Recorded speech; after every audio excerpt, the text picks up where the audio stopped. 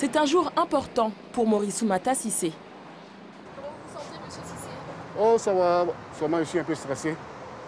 Cet Ivoirien, vivant en France depuis 14 ans, s'apprête à franchir la dernière étape du long chemin vers l'accès à la nationalité française. Le TCF, test de connaissance du français, obligatoire depuis le 1er janvier 2012. La première épreuve est écrite avec 30 questions en 25 minutes. Dans ce test, vous allez montrer votre compréhension du français parlé dans des situations de la vie quotidienne ou du monde professionnel.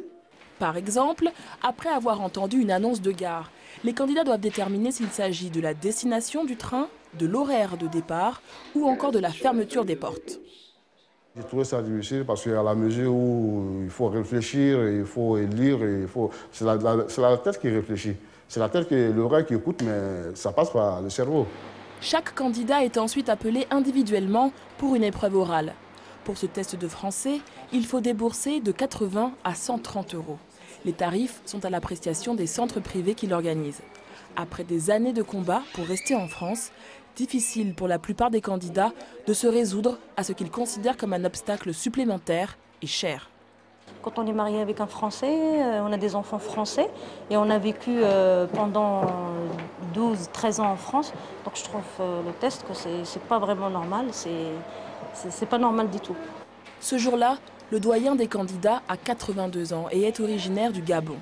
Aucun aménagement n'est prévu pour les personnes âgées, une erreur pour cette responsable d'une association d'aide aux migrants.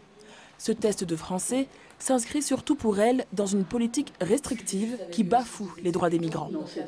Quand on entend effectivement dire qu'il faut restreindre les flux migratoires, est-ce qu'on risque pas de dériver vers progressivement une limitation du droit de vivre en famille?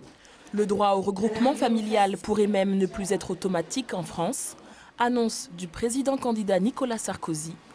L'élection présidentielle est dans quelques jours.